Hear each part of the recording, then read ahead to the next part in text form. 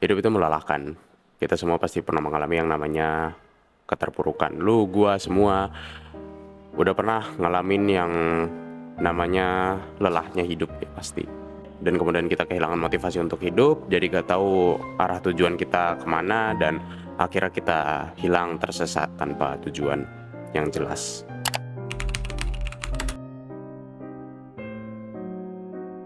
Hidup itu bagaikan misteri. Kadang kita merasakan kebahagiaan dan kemudian kebahagiaan kita itu lenyap begitu aja, tergantikan dengan tantangan dan ujian. Lalu kita jatuh dalam titik terendah dalam hidup. Gue yakin kalian yang masih sekolah pun pernah merasakan yang namanya titik rendah. Karena gue juga udah pernah ngerasain hal itu. Hal yang sama yang kalian alami mungkin.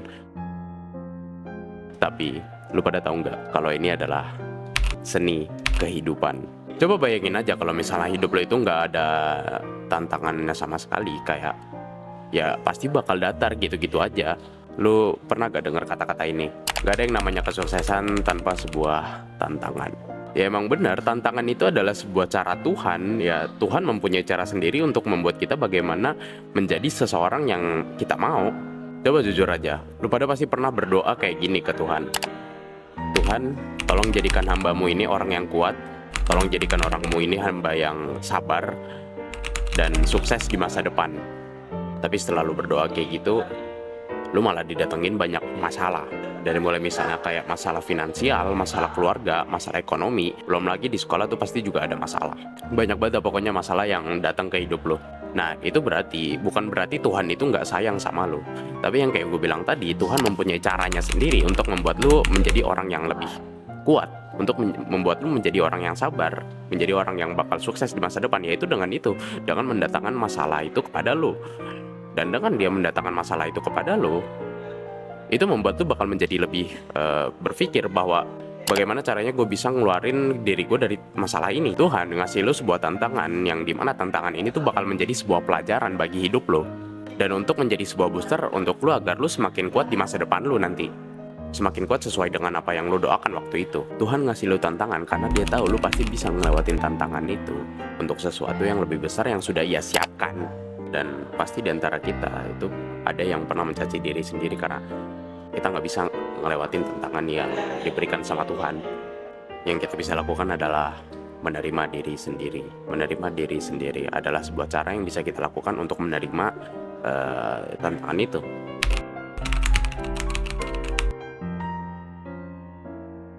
Kadang kita sendiri masih sering banget buat ngata-ngatain diri kita sendiri, mencaci diri kita sendiri, ngerasa bahwa apa yang kita lakukan itu sia-sia, bahkan sampai ngebanding-bandingin diri kita dengan orang lain. Stop doing that, please. Itu nggak bakal membuat diri lu menjadi orang yang lebih baik. Yang ada lu malah kelihatan menyedihkan di mata lu dan di mata orang lain. Kita juga masih terlalu jauh sama tujuan kita sebenarnya. Sampai saking jauhnya, kadang kita terlalu takut buat mengambil sebuah langkah. Mungkin effort kita aja yang terlalu besar, jadinya kita gampang lelah dan ujung-ujungnya nanti nyerah aja lah. Nah daripada lu ngambil sebuah langkah yang besar dan ujung-ujungnya nanti lu bakal jadi lebih cepet capek, mending gampangnya kita mengambil langkah yang lebih kecil tetapi kita disiplin menjalankan langkah tersebut. Jadi untungnya buat kita adalah nggak gampang capek. Mulailah suatu hal itu dari yang kecil-kecil aja dulu, bener deh. Mulailah dari yang kecil-kecilan aja dulu gitu. Itu kalau misalnya kecil-kecil ditumpuk itu ya bakal jadi gede. Mulailah hidup dari hal yang terkecil dulu. Rapiin kasur, bersihin kamar, baca buku. Hal kecil kayak gini tuh bisa bakal menjadi sebuah pondasi buat kita di masa depan.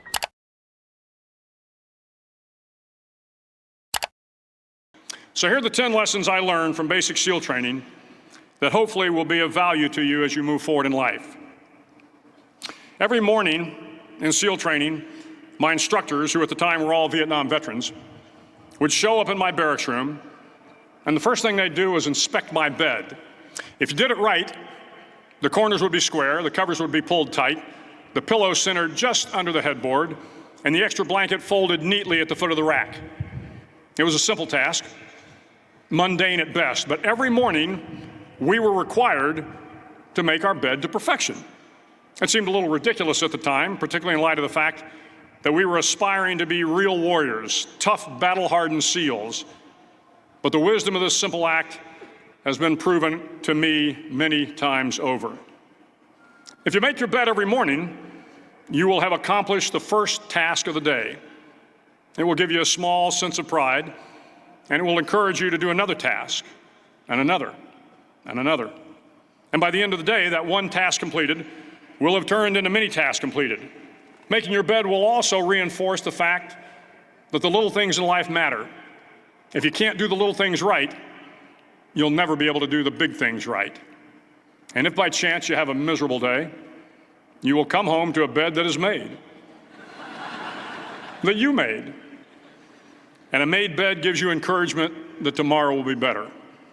So if you want to change the world, start off by making your bed.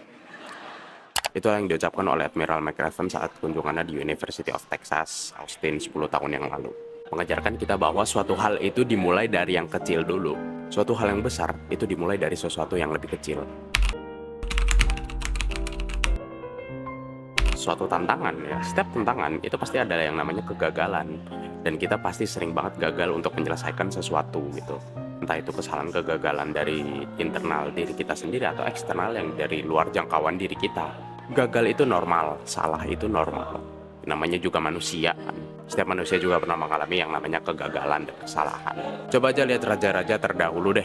Pernah gak dengar cerita mereka dari kecil sampai mereka jadi raja itu gak pernah gagal? Dan pernah gak pas mereka jadi raja itu mereka gak pernah gagal? Banyak kok cerita mereka yang gagal memimpin rakyatnya, gagal mensejahterakan rakyatnya. Mereka gagal juga mempertahankan wilayahnya dari musuhnya. Tapi mereka selalu belajar dari kegagalan itu. Dengan ilmu yang mereka punya dan pengalaman yang mereka dapatkan, mereka mempelajari bagaimana cara mengatasi tantangan yang akan datang di kemudian hari. Mereka mempelajari gimana cara mensejahterakan rakyatnya, bagaimana cara meratakan ekonominya, dan mereka mempelajari bagaimana cara membuat pertahanan untuk wilayahnya. Bahkan sampai ada yang bisa merebut wilayah kerajaan lain dengan mudah karena mereka mempelajari dari kejadian yang sudah terjadi sebelumnya. Mereka belajar dari pengalaman. Mereka menyusun taktik perang, strategi perang, mempersiapkan apa yang dibutuhkan, dan kemudian tinggal deklarasi perang aja ke wilayah kerajaan yang pengen mereka serang, atau mereka ingin balas dendam. Kegagalan itu bukan kebalikannya dari sebuah kesuksesan, enggak, tapi kegagalan adalah bagian dari proses sukses tersebut. Justru dengan kegagalan lu bakal nemuin cara-cara yang lu lakukan sebelumnya itu nggak efektif buat dilakukan, dan kemudian lu bakal mendapatkan sebuah cara yang lebih efektif untuk mengatasi kegagalan tersebut. Ya, hidup itu memang sebuah proses. Proses itu membutuhkan waktu. Setiap menit, setiap detik, setiap milidetik yang lu jalani itu adalah sebuah proses. Itu adalah sebuah bagian proses dari kehidupan lu buat bikin lu menjadi seseorang yang lebih baik ke depannya. Tapi juga kadang dalam proses itu kan kita kadang merasakan, aduh nggak ada perubahan nih, kayaknya gini-gini aja gitu kan. Tapi yakin deh, dengan dua hal ini hidup lu tuh bakal berubah. Yang pertama adalah konsistensi, dan yang kedua adalah sabar. Konsisten dalam menjalankannya dan sabar dalam menghadapinya. Apapun yang lu alami sekarang, pokoknya jangan nyerah aja. Jangan nyerah duluan dah. Jalannya tuh masih ada puluhan tahun ke depannya.